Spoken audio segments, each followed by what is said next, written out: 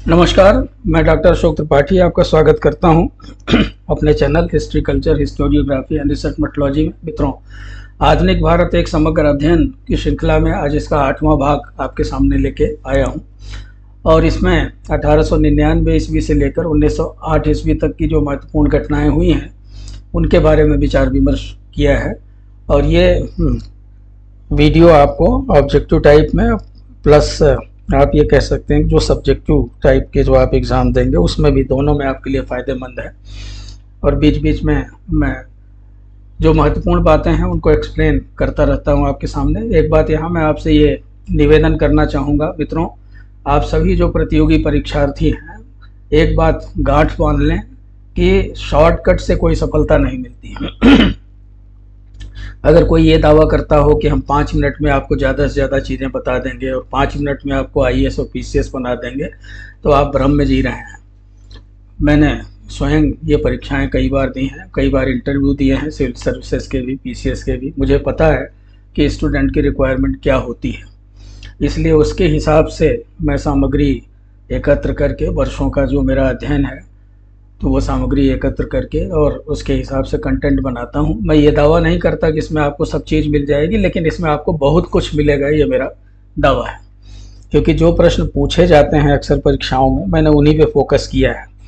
अगर मैं 1000 पेज की किताब लिख दूँ तो वो किताब जो है वो देख के ही आदमी का एक तरह से डिमोरलाइज हो जाएगा कि बाप रे, इतना पढ़ना पड़ेगा। इतना पढ़ने की आपको आवश्यकता नहीं है। आप केवल खास बातें पढ़ें, बाकी चीज़ें तो जो आप पढ़ते रहते हैं तो बहुत सारी बातें आपको वैसे भी याद रहती हैं, लेकिन मुख्य बातों पे फोकस करना आप सीखिए। तो आइए हम चर्चा करते हैं 1899 से 1908 के बीच में घटी प्रमुख घटनाओं की। लेकिन दोस्तों, मेरी आपसे रिक्वेस्ट है कि आप चैनल को सब्सक्राइब अवश्य करें। केवल वीडियो न देखें, चैनल को सब्सक्राइब करें। साथ ही साथ आप कमेंट भी कीजिए, आप बताइए आपको अच्छा लगा, ख़राब लगा, जो भी हो, और सुझाव दीजिए हमें और आपको क्या चाहिए, आपकी क्या रिक्वायरमेंट है, तो उस पर मैं वीडियो लेके आऊँगा। एक अनाउंसमेंट और मैं करना चाहता हूँ कि अभी उत्तर प्रदेश में पीसीएस में मेंस एग्ज़ाम में जो ऑप्शनल पेपर्स हैं वो हटा लिए गए हैं और उत्तर प्रदेश के ऊपर ही उन्होंने फोकस किया है। तो उसके ऊपर भी एक सीरीज़ बहुत जल्दी मैं प्रारंभ करने वाला हूँ, जो कि आप लोगों के लिए फ़ायदेमंद होगा। तो इसलिए आप चैनल को सब्सक्राइब कर लें और बेल आइकन भी दबाएं, जिससे आपको उसकी सूचना मिलती रहे। तो आइए हम प्रारंभ करते हैं चर्चा। मित्रों, 1905 ईस्वी तक का समय 1899 से ये बड़ा ही महत्वपूर्ण था और इस समय लॉर्ड कर्जन भारत का वायसराय बना। तो लॉर्ड कर्जन के समय में बहुत सारी घटनाएं घटी थी। और तो आप देखिए कि ये एक ऐसा समय था जब एक शताब्दी का अंत हो रहा था और दूसरी शताब्दी प्रारंभ हो रही थी। तो लॉर्ड कर्जन जो है वो बहुत ही संभ्रांत व्यक्ति था और he was known for his eloquence and industrious habits. ये जो था, इसके बारे में ये कहा जाता था, 1859 में इसका जन्म हुआ था और इसके बारे में ये कहा जाता था कि ये सुपीरियरिटी कॉम्प्लेक्स से ग्रस्त व्यक्ति था। यानी कि इसकी पढ़ाई लिखाई, शिक्षा दीक्षा, रहन सहन, ये सब जो है, ऑक्सफोर्ड में इसकी शिक्षा दीक्षा हुई थी। और इसके जो साथी थे इसके बारे में कहते थे कि my name is George Nathaniel Curzon, I am a most superior person, my cheek is pink, my hair is sleek, I dine at Blenheim once a week. तो मतलब इस तरह की बातें, बड़ी बड़ी बातें जो है इसके बारे में कही जाती हैं। और बड़ी कम उम्र में, 27 साल की उम्र में ही 1886 ईस्वी में वो मेंबर ऑफ पार्लियामेंट हो गया था। और मेंबर ऑफ पार्लियामेंट यानी सांसद बन गया था ब्रिटेन में। और सांसद बनने के बाद उसने बहुत सारा अनुभव और बहुत सारा ज्ञान प्राप्त किया और ख़ास करके उसने अपना फोकस जो है वो एशिया के मामलों पे, एशियन अफेयर्स के ऊपर केंद्रित किया और एशिया के बारे में उसने बहुत सारी जानकारी हासिल की। उसने जो है अंडर सेक्रेटरी जो थे भारत के मामलों के, तो अंडर सेक्रेटरी के अंदर भी उसने काम किया और बहुत सारी बातें जो है उसने सीखी। उसने 4 बार भारत का भ्रमण किया था, यानी कि भारत आया था 4 बार। और साथ ही साथ वो देश में दूर दूर तक घूमा था। उसने जो है बहुत महत्वपूर्ण पुस्तकें भी जो है 3 पुस्तकें उसने बड़ी महत्वपूर्ण लिखी थी एशियन प्रॉब्लम्स के ऊपर, और जो कि बहुत पॉपुलर हुई। तो इस तरह से हम ये कह सकते हैं कि जब उसका अपॉइंटमेंट वायसराय के रूप में हुआ तो ऐसा नहीं था कि वो एकदम से भारत के बारे में अनजान था या भारत के बारे में कुछ भी नहीं जानता था। वो भारत के बारे में बहुत कुछ जानता था। तो मित्रों, कलकत्ता में वो 1899 में आया। एक्चुअल में उसका अपॉइंटमेंट जो हुआ था वो 1898 में हुआ था, लेकिन इंग्लैंड से उन दिनों भारत तक आने में काफ़ी समय लगता था। तो 1898 में वो वायसराय नियुक्त किया गया और जनवरी 1899 में भारत में वो पहुंचा। और वो इस अवसर की प्रतीक्षा में था। वास्तव में वो चाहता था कि वो भारत का वायसराय बने और उसकी वो इच्छा पूरी हुई। 1899 में जैसा कि हम जानते हैं कि कांग्रेस की स्थापना 1885 में हो चुकी थी। कांग्रेस का 15वां वार्षिक अधिवेशन हुआ लखनऊ में रमेश चंद्र दत्त की अध्यक्षता में। तो कई बार जो है आपसे कि कुछ भी पूछा जा सकता है कि कांग्रेस का 15वां अधिवेशन कहाँ हुआ था, या लखनऊ में कौन सा अधिवेशन हुआ था, रमेश चंद्र दत्त की अध्यक्षता में कौन सा अधिवेशन हुआ था, या 15वें अधिवेशन के अध्यक्ष कौन थे। तो इस तरह से सवाल कई तरह के हो सकते हैं। तो इसलिए जो कांग्रेस के अधिवेशनों के बारे में भी मैं बीच बीच में उसमें आपको डालता जा रहा हूँ। 16वां अधिवेशन इसी तरह से लाहौर में हुआ था एनजी चंद्रावरकर की अध्यक्षता में। तो कांग्रेस का 17वां अधिवेशन वार्षिक अधिवेशन जो है वो कलकत्ता में दिनशा ई वाचा या दिनशा ईडुलजी वाचा की अध्यक्षता में हुआ था। तो ये बातें आप याद रखें। इसी तरह से कांग्रेस का 18वां अधिवेशन वार्षिक अधिवेशन अहमदाबाद में सुरेंद्रनाथ बनर्जी की अध्यक्षता में हुआ था 1902 ईस्वी में। और 19वां वार्षिक अधिवेशन मद्रास में लाल मोहन घोष की अध्यक्षता में हुआ था। तो ये सारे अधिवेशनों को मैंने एक जगह पे एक स्थान पे दे दिया जिससे कि आपको याद रखने में सफलता हो। तो मित्रों, आइए कर्जन के प्रमुख कार्यों की भी हम चर्चा कर लेते हैं। लॉर्ड कर्जन, जैसे हमने आपको बताया कि वो भारत के मामलों में बहुत सारी जानकारियां रखता था, और तो उसने भारत में आने के बाद बहुत सारे कार्य किए। लॉर्ड कर्जन ने आंतरिक सुधारों की तरफ जो है बहुत ज़्यादा ध्यान दिया, और जो उसने मुख्य कार्य किए तो उसके बारे में हम लोग चर्चा कर लेते हैं। मैंने कुछ पॉइंट्स बना दिए हैं आप लोगों के लिए, क्योंकि चैप्टर बहुत लंबा है जब आप किताब में पढ़ेंगे तो, लेकिन जो मुख्य मुख्य बातें जो आपको ध्यान में रखनी है। तो जैसे कि मैंने आपको पहले भी बताया कि वो एशिया के मामलों का विशेषज्ञ था एक तरह से। उसने कोरिया, चीन, जापान, श्रीलंका, अफगानिस्तान, फारस आदि सभी स्थानों पर पहले वो 4 बार भारत आया था और इन सब स्थानों का भ्रमण कर चुका था। तो उसे काफ़ी अनुभव था और वो ज़मीनी हकीकत जो थी उससे भी परिचित था। तो इसलिए उसने जो कार्य किया, सबसे पहला कार्य तो आप कह सकते हैं लॉर्ड कर्जन ने पंजाब का भूमि विक्रय कानून जो था 1900 ईस्वी में पास किया। और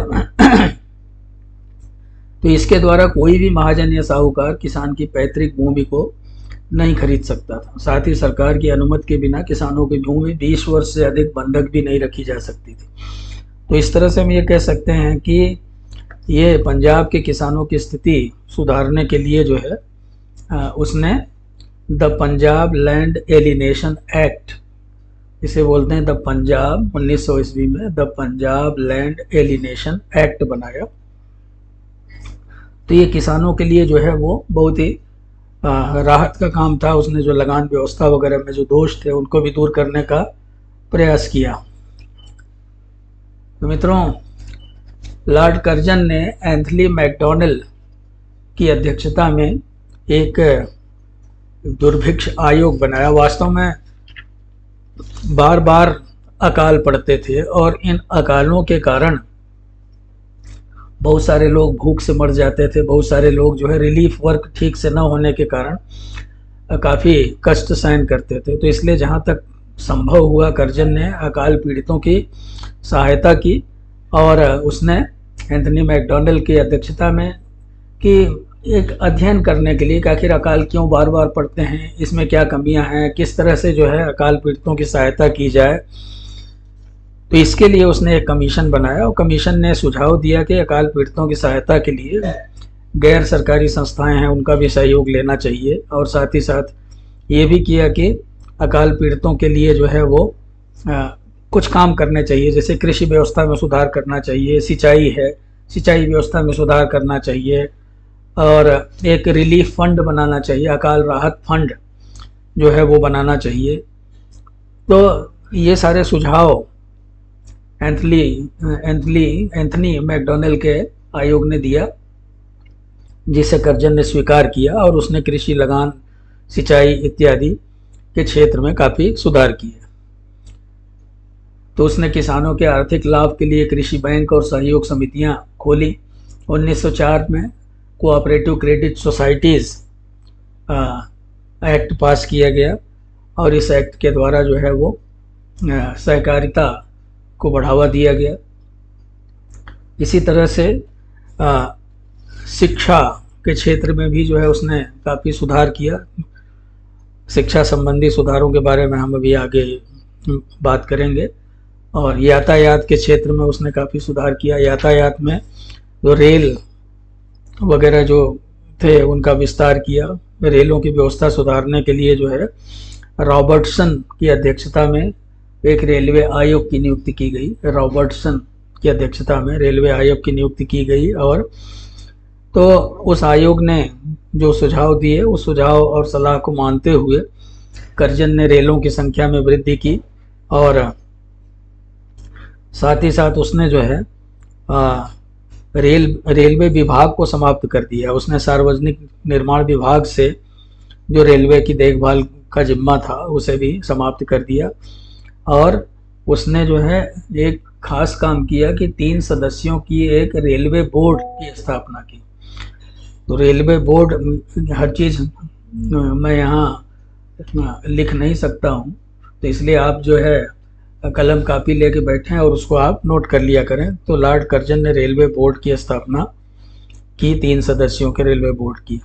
और जैसे मैंने बताया कि रॉबर्टसन की अध्यक्षता में आयोग नियुक्त किया था सुझाव देने के लिए, तो उसके सुझाव के अनुसार उसने काम किया। इसी तरह से कृषि, वित्त और भी प्रशासन आदि के क्षेत्रों में उसने काफ़ी सुधार किया। मित्रों, सर एंड्रयू फ्रेजर की अध्यक्षता में पुलिस सुधार हेतु सुझाव देने के लिए एक आयोग गठित किया गया, और इस आयोग ने जो सुझाव दिए उसके अनुसार जो है वो पुलिस विभाग में भी सुधार किया गया। तो पुलिस सुधार भी जो था वो बहुत ही महत्वपूर्ण सुधार था। पुलिस विभाग जो है वो शासन का एक बहुत ही महत्वपूर्ण अंग होता था, और नागरिकों की जान माल की सुरक्षा के लिए पुलिस विभाग के लिए आवश्यक था कि वो अपना उत्तरदायित्व ठीक तरह से पूरा करें। सिपाहियों और अफसरों को वास्तव में उचित वेतन नहीं मिलता था। बहुत सारे जो पुलिस में कांस्टेबल इत्यादि थे, जो सिपाही इत्यादि थे, वो बहुत ज़्यादा एजुकेटेड नहीं थे, पढ़े लिखे नहीं थे।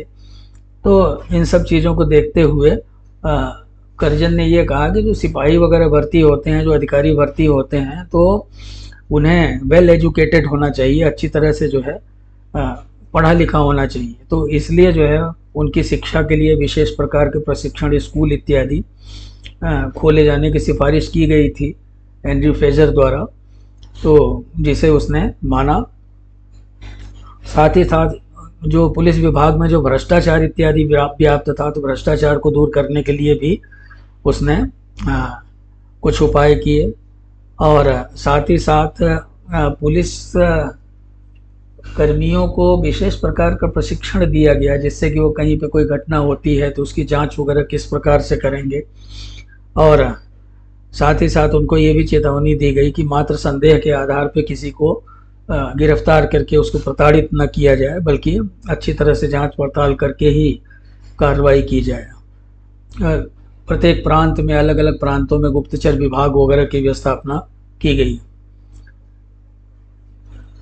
इसी तरह से मित्रों, ऐतिहासिक स्थानों की सुरक्षा पर भी ध्यान दिया गया। जैसा कि हम सब जानते हैं कि पुरातत्व विभाग की स्थापना भारत में अंग्रेज़ों ने ही की थी, और उसके बाद धीरे धीरे हम ये देखते हैं कि पुरातत्व में लोगों की दिलचस्पी बढ़ रही थी। बहुत सारे भारतीय भी जो थे वो पुरातत्व का अध्ययन कर रहे थे।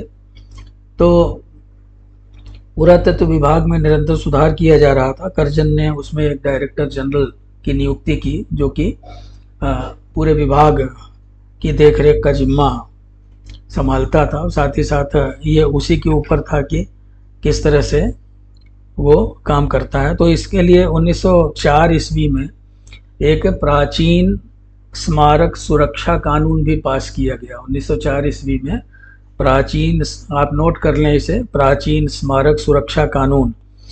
तो लॉर्ड कर्जन जो था, चूंकि जैसे मैंने आपको पहले ही बताया कि वो ऑक्सफोर्ड का पढ़ा हुआ था, बहुत वेल एजुकेटेड था, विद्वान आदमी था, तो जगह जगह घूमा हुआ था, तो जगह जगह प्राचीन स्मारकों वगैरह को वो देखता था। तो उसको ये लगता था कि इनकी सुरक्षा की जानी चाहिए भविष्य की पीढ़ियों के लिए। अगर इतिहास को सुरक्षित रखना है तो इन स्मारकों को सुरक्षित रखना होगा। तो इसीलिए उसने डायरेक्टर जनरल ऑफ आर्कियोलॉजी की नियुक्ति की। और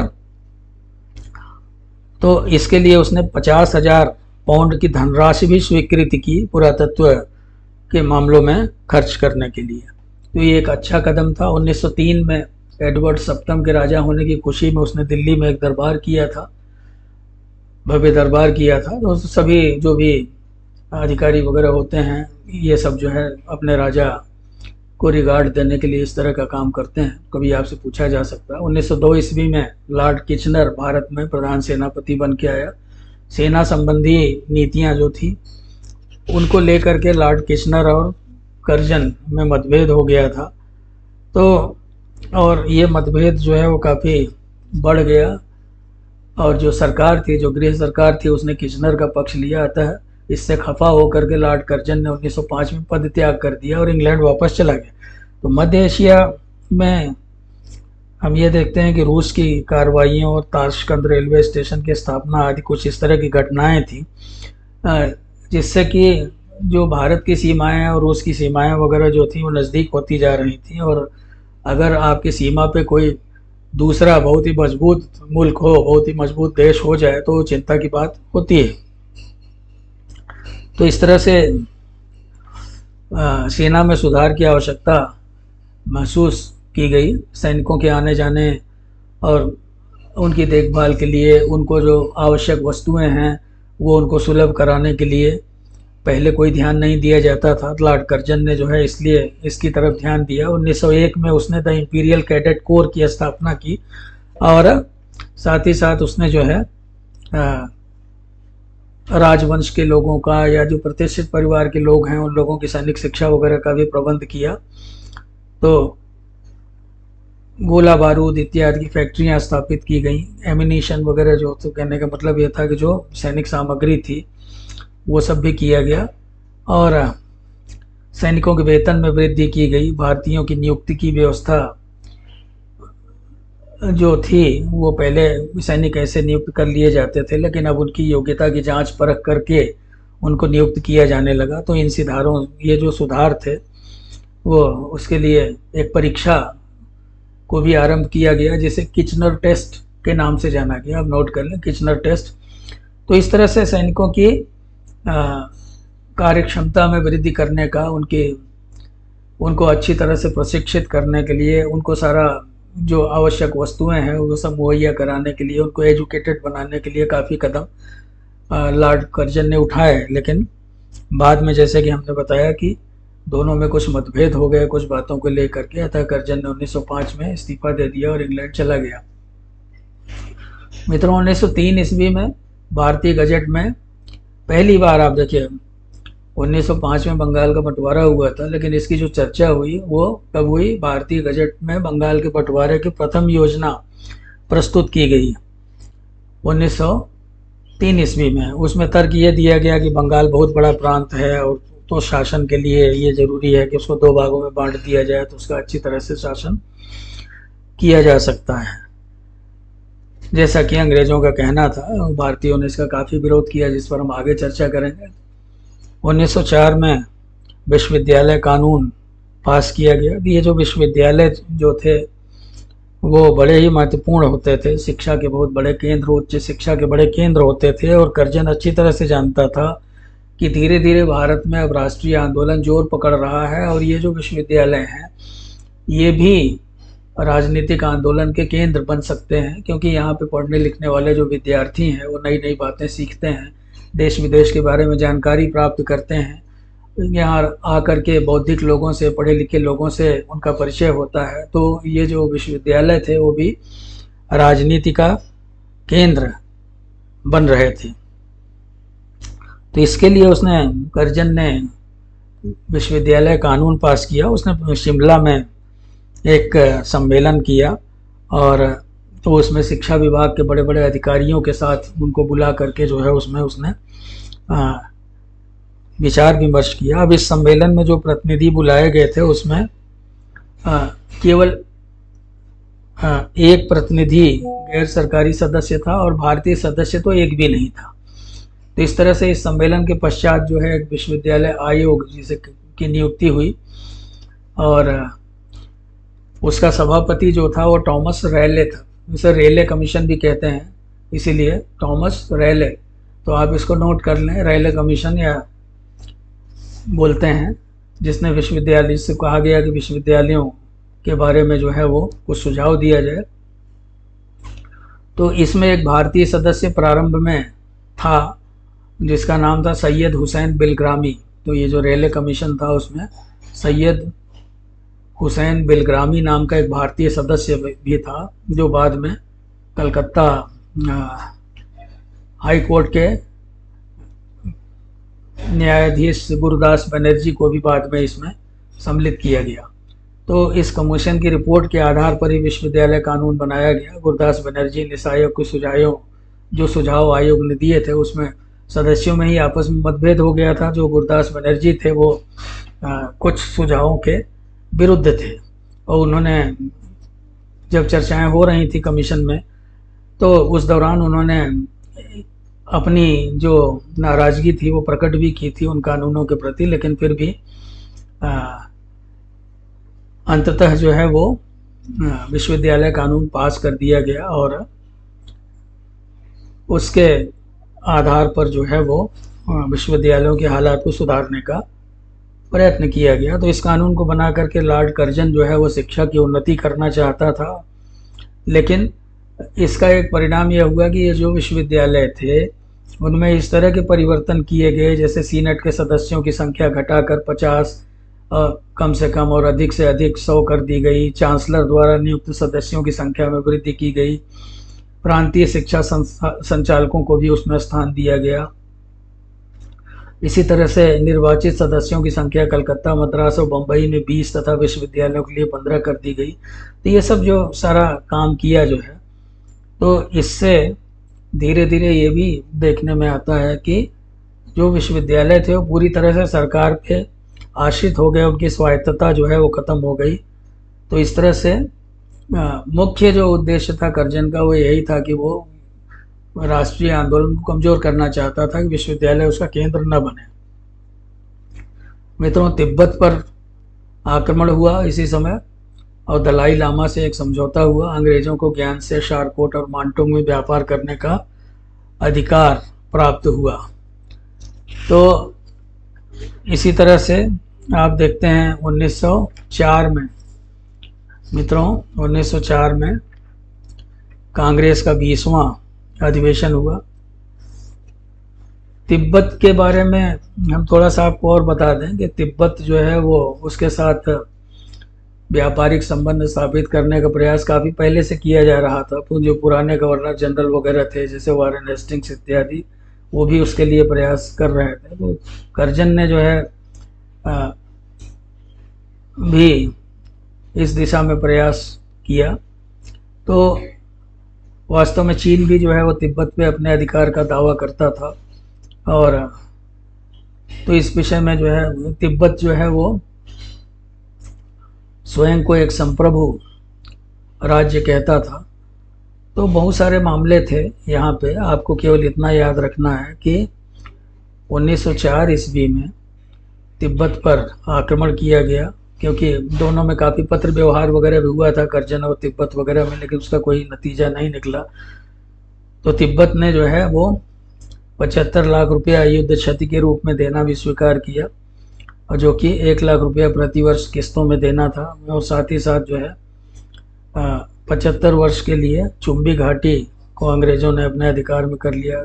कुछ व्यापारिक सुविधाएं भी प्रदान की यहाँ पे, जैसे मैंने आपको बताया कि ज्ञान से शारकोट मांटुंग में व्यापार का अधिकार मिला। और उसके अलावा तिब्बत ने यह वादा किया कि किसी भी विदेशी शक्ति को वो अपने यहाँ विकास कार्यों में के लिए नहीं बुलाएगा, यानी कि जैसे रेलवे लाइन बिछाने के लिए या तार बिछाने के लिए, सड़क आदि बनाने के लिए किसी विदेशी की सहायता नहीं लेगा। तो इस तरह से बाद में तिब्बत के ऊपर जो 75 लाख का जुर्माना लगाया था उसे घटा करके 25 लाख कर दिया गया सरकार के द्वारा। तो मित्रों, 1904 ईस्वी में ही कांग्रेस का 20वां वार्षिक अधिवेशन हुआ और बम्बई में सर हेनरी कॉटन की अध्यक्षता में हुआ। तो आप देखिए, जो विदेशी अध्यक्ष, कई बार आपसे पूछा जाता है कि कौन कौन से विदेशी अध्यक्ष थे, तो जितने मैं हर वर्ष कांग्रेस के अधिवेशन कब हुआ, कहाँ हुआ, उसके बारे में आपको जानकारी दे रहा हूँ। साथ ही आपके उसके सदस्यों के बारे में भी बता रहा हूँ, उनके अध्यक्षों के बारे में। तो आप ये नोट कर लें कि कहाँ पे कब कब कौन कौन से अधिवेशन में जो विदेशी अध्यक्ष थे, क्योंकि ये चीज़ें आपसे पूछी जाती हैं और इन वक्त कई बार याद नहीं आती हैं, तो उन्हें याद रखें। 1905 ईस्वी में बंगाल का प्रथम बंटवारा हुआ। जैसा कि हमने आपको बताया कि बंगाल को 2 प्रांतों में बांट दिया गया। एक बंगाल, मतलब ये एक तो बंगाल था और दूसरा जो था वो पूर्वी बंगाल और असम का इलाका था। तो जैसे कि हमने आपको बताया कि यहाँ ये तर्क दिया गया कि बंगाल बहुत बड़ा राज्य है और उसको प्रशासन की सुविधा के लिए आवश्यक है कि 2 भागों में बांट दिया जाए। तो उस समय बंगाल प्रांत में बिहार और उड़ीसा इत्यादि भी सम्मिलित थे। तो अब जो नया प्रांत था उसमें असम और बंगाल के कुछ जिले जैसे ढाका, राजशाही, चटगांव आदि सम्मिलित कर दिए गए, और बंगाल में पश्चिमी बंगाल और बिहार, उड़ीसा रहे। तो इस तरह से बंगाल का विभाजन जो हुआ उसका बहुत तीव्र विरोध हुआ। भारत में जो है स्वदेशी और बहिष्कार आंदोलन प्रारंभ हो गए, और शिक्षित वर्ग जो था उसने इस विभाजन का विरोध किया और उन्होंने ये कहा कि अब हम स्वदेशी वस्तुओं का इस्तेमाल करेंगे, अंग्रेज़ों का हम पूरी तरह से बहिष्कार करेंगे। और यही वो आंदोलन था जब हम देखते हैं कि बहुत सारी महिलाएं जो हैं वो उन्होंने भी इस आंदोलन में बढ़ चढ़ के हिस्सा लिया। अगर आप जानना चाहते हैं तो इसके लिए मैंने एक वीडियो बना करके डाली हुई है कि पार्टिसिपेशन, वुमेन्स पार्टिसिपेशन इन स्वदेशी एंड बहिष्कार मूवमेंट्स। तो आप उस वीडियो को देख सकते हैं। तो बंगालियों द्वारा शिक्षा को संगठित करने के लिए नेशनल काउंसिल ऑफ एजुकेशन की स्थापना की गई। लॉर्ड कर्जन जो है उसने 1905 में, जैसे कि बताया, कि इस्तीफा दे दिया था। इंग्लैंड में भी जो है कुछ वहाँ की राजनीति में परिवर्तन आया। वहाँ इंग्लैंड में लिबरल पार्टी जो थी वो सत्ता में आ गई। और कुछ छुटपुट घटनाएं इस काल की महत्वपूर्ण हैं, जैसे कि भारत में श्यामजी कृष्ण वर्मा द्वारा भारतीय होम रूल सोसाइटी की स्थापना की गई। मित्रों, एक वीडियो में भारत के जो क्रांतिकारी हैं सारे, उन क्रांतिकारियों के ऊपर अलग से बनाऊंगा। तो उसमें जितने भी क्रांतिकारी हुए हैं, पुरुष क्रांतिकारी, महिला क्रांतिकारी, तो उनके बारे में अलग से आपको सारी जानकारी दूंगा। तो इस तरह से 1905 से 1910 ईस्वी में लॉर्ड मिंटो, भारत का लॉर्ड मिंटो द्वितीय एक्चुअली इसको बोलते हैं। तो आप मिंटो प्रथम, मिंटो द्वितीय याद रखिएगा, कभी सवाल पूछ लिया जाए तो उसमें कंफ्यूज ना हो। तो 1905 से 1910 लॉर्ड मिंटो द्वितीय भारत का वाइसराय बना।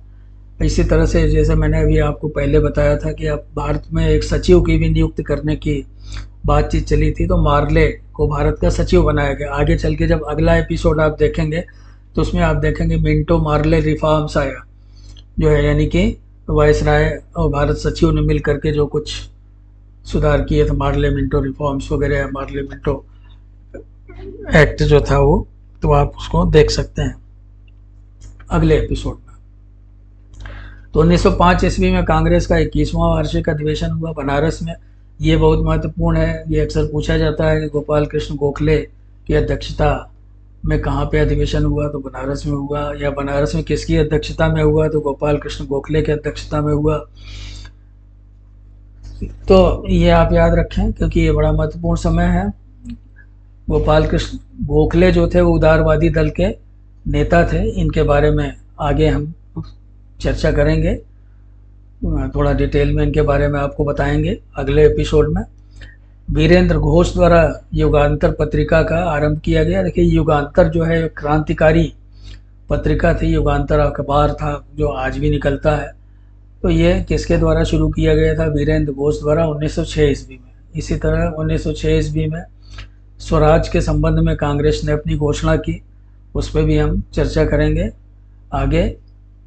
1906 में कांग्रेस का 22वां वार्षिक अधिवेशन कलकत्ता में हुआ, दादा भाई नौरोजी की अध्यक्षता में। देखिए, एक सवाल आपसे कई बार पूछा जाता है कि दादा भाई नौरोजी की अध्यक्षता में कब कब अधिवेशन हुआ, तो ये आप जो है वो नोट कर लें। मित्रों, 31 दिसंबर 1906 ईस्वी की डेट जो है बहुत महत्वपूर्ण है, इसे आप याद रखें। इस समय तक शिक्षित मुसलमानों और बड़े नवाबों और भूस्वामियों इत्यादि के बीच में पृथकतावादी प्रवृत्तियां यानी अलगाववादी प्रवृत्तियां अपनी पराकाष्ठा पर पहुंच गईं, क्योंकि अलीगढ़ मूवमेंट जब शुरू हुआ था उसी समय से हिंदुओं और मुसलमानों में पहले जैसे जो सर सैयद अहमद खां थे वो कभी कहा करते थे कि जो है हिंदू और मुसलमान जो है वो भारतवर्ष की दो आंखें हैं।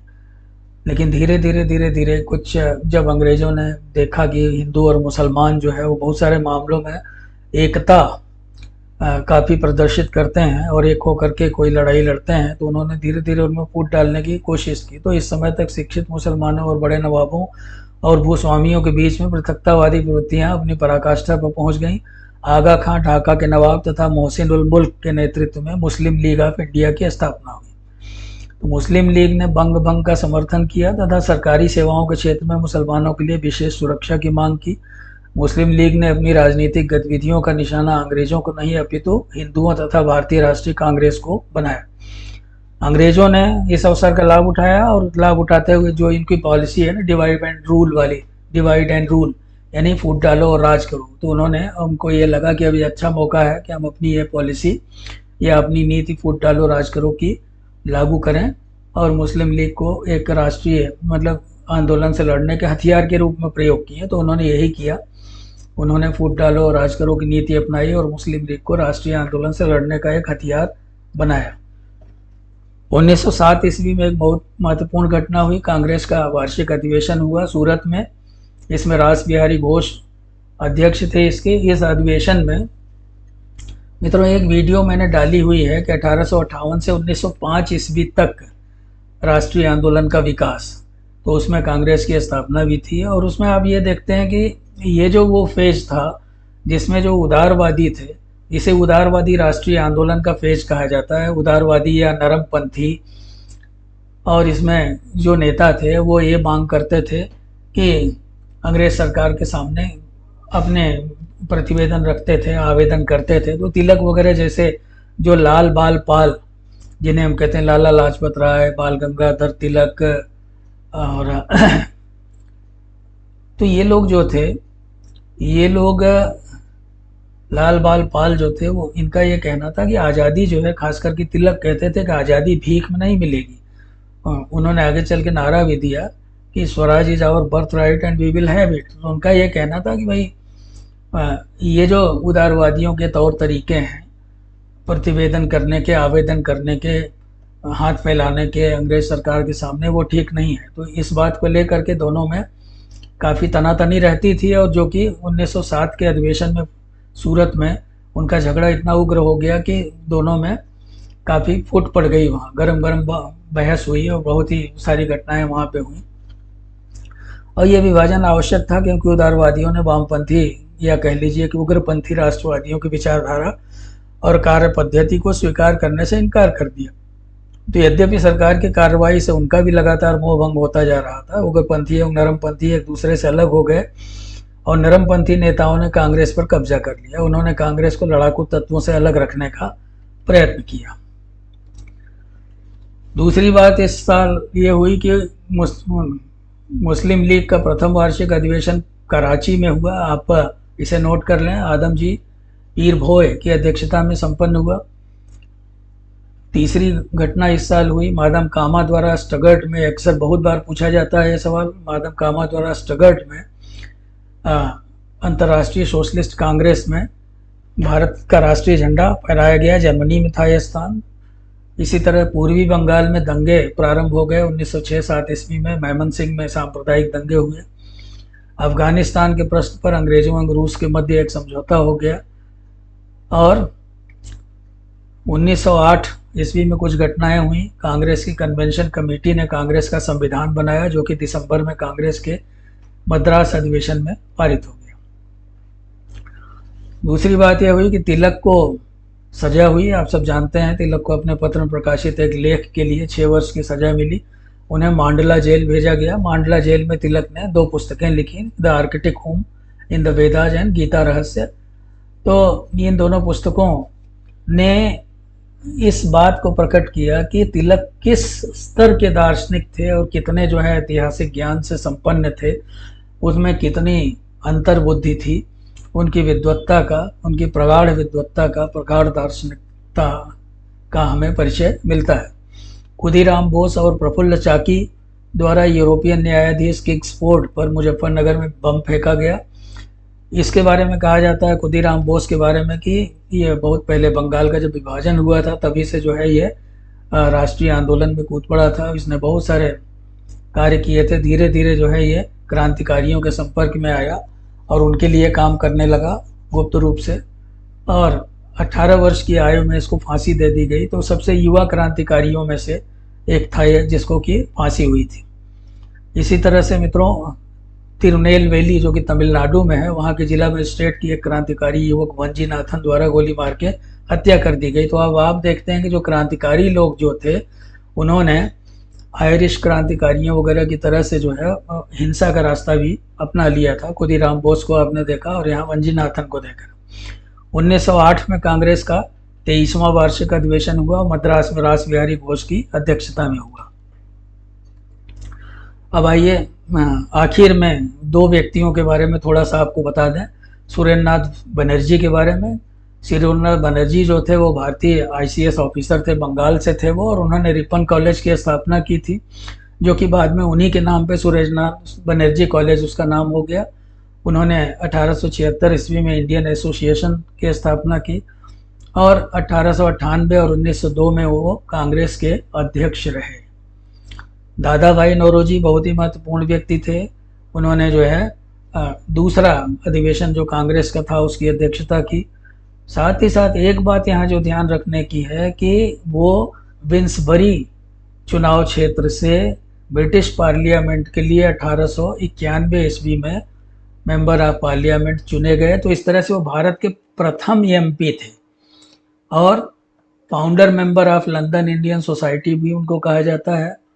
ईस्ट इंडियन एसोसिएशन की स्थापना उन्होंने की 1886 ईस्वी में, और साथ ही साथ ही स्टार्टेड ए फोर्टनाइटली, वो एक पाक्षिक पत्रिका उन्होंने प्रारंभ की, रस्त गुफ्तार, और दूसरा जो जर्नल था उसको कहते थे द वॉइस ऑफ इंडिया। उन्होंने एक पुस्तक लिखी थी जो बहुत ही पॉपुलर हुई, poverty and un-British rule in India. उन्होंने ही जो है ड्रेन ऑफ वेल्थ थियरी यानी धन के निष्कासन के सिद्धांत को प्रतिपादित किया कि किस तरह से भारत का धन विदेशों में जा रहा है, किन किन रूपों में जा रहा है, उस पर आगे हम चर्चा करेंगे अगले एपिसोड में। और he is known as grand old man of India, उनको grand old man of India भी कहा जाता था। धन्यवाद मित्रों, आगे भी जारी रहेगा ये हमारा प्रयास, और उम्मीद है कि आपको ये वीडियो पसंद आया होगा। जैसे मैंने बार बार अपील की है, आप चैनल को सब्सक्राइब करें, सब्सक्राइब करने के साथ साथ अपने इस मित्रों के साथ शेयर करें, और साथ ही दोस्तों अपने कमेंट्स अवश्य लिखें। बहुत बहुत धन्यवाद।